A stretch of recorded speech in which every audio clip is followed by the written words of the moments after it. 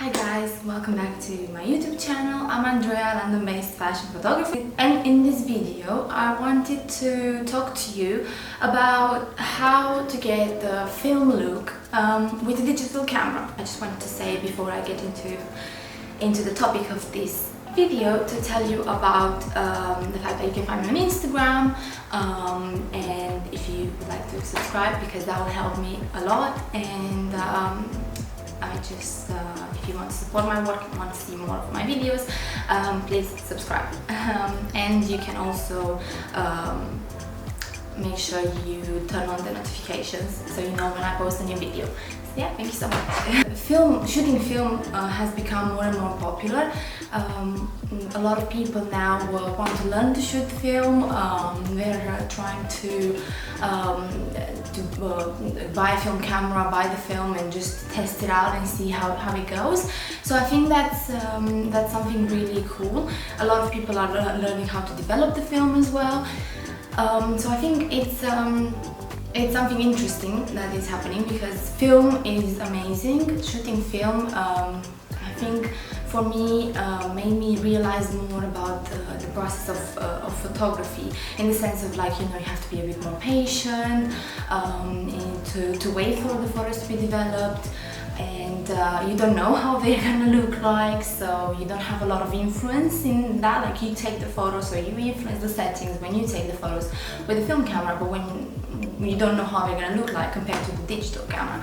So I think that's cool in the sense that you don't know what to expect, so you have this like the waiting game of because you have to go take your film to be developed, and it takes a while until you do that, and then you wait for it a couple of days, and then you see the film and it's like, oh wow.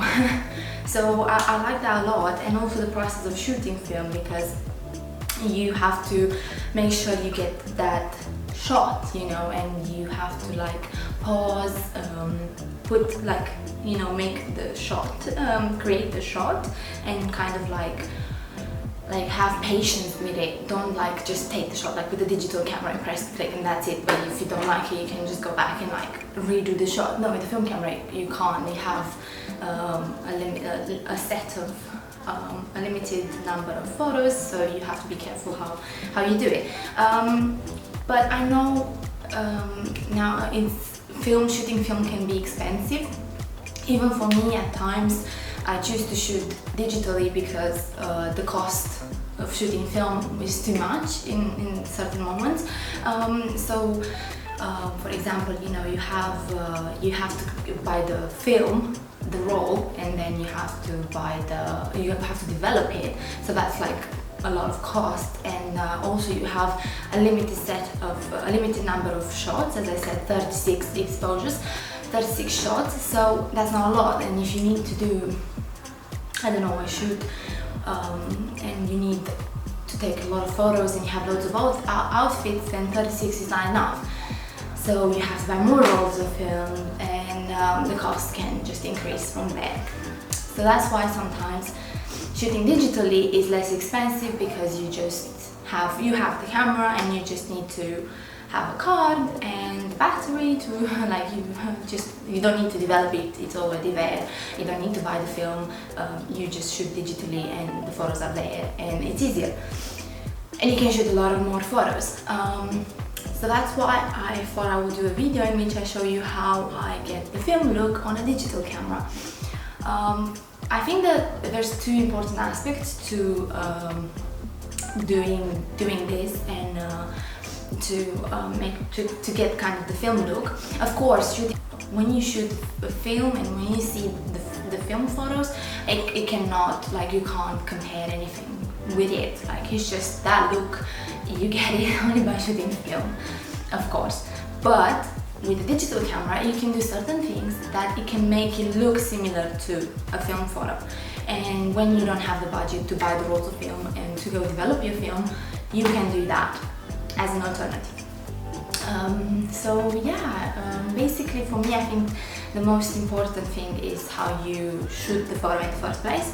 So on the digital camera, I have certain settings that I use, and I use them for all of my shoots, and I just been using it for a while now, and I just discovered it and played with it because I shoot manually. So I play with it a lot, but I have certain settings that I just don't change ever. So I'm gonna put them here for you to kind of have a look to see and to try it out.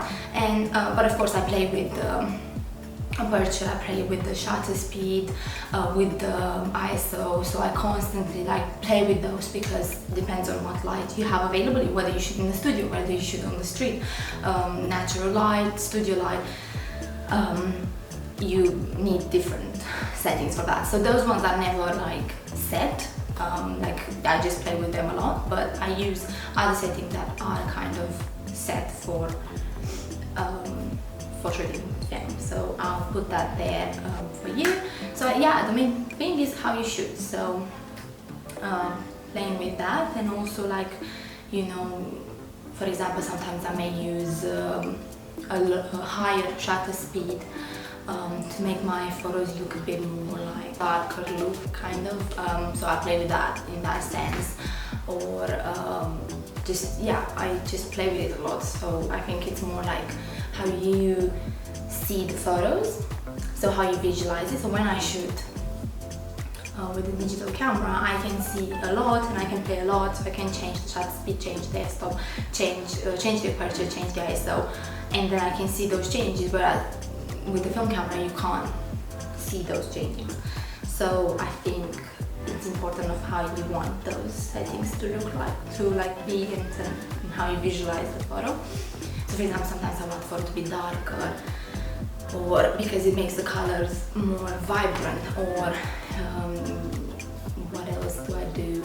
Or for example, if sometimes I want the photo to, like, shutter speed to be lower because it makes the photo move more, and it's like it shows that sort of like movement, and it creates kind of like an interesting photo, like shadows, and yeah, and also if you shoot in direct sunlight, if I want the shutter speed to be like higher, because then I can just like create those shadows.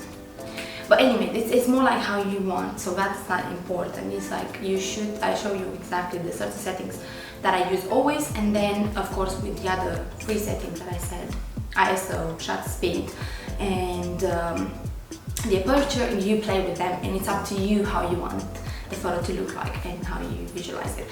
And the second most important thing, which I think is crucial and it changes your photos, like it just has an impact on your photos, is how you edit them.